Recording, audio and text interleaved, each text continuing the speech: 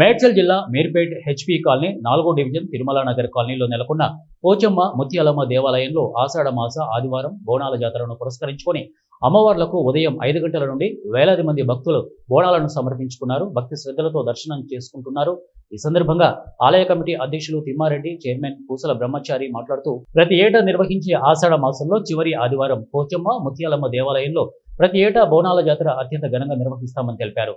భక్తులకు ఎలాంటి అసౌకర్యాలు కలగకుండా అన్ని ఏర్పాట్లు చేసినామని ఆలయ కమిటీ వారు తెలిపారు. బోనాల జాతరను పురస్కరించుకొని ఉప్పల్ మాజీ ఎమ్మెల్యే, బీజేపీ రాష్ట్ర పార్టీ అధ్యక్షులు NVSS Prabhakar, Uppal Congress party incharge Mandamala Parameshwar Reddy, వివిధ రాజకీయ పార్టీల ప్రముఖ నాయకులు అమ్మవార్లను దర్శనం చేసుకుని అమ్మవారి ఆశీస్సులు పొందారు.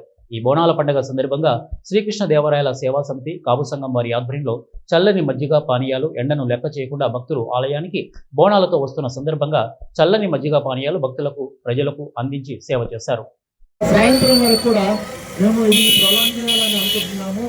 కాబట్టి అందరూ కూడా భక్తజన సందోహం మొత్తం కూడా వచ్చి మేము ఇచ్చే సత్కారానికి, ఆతిథ్యానికి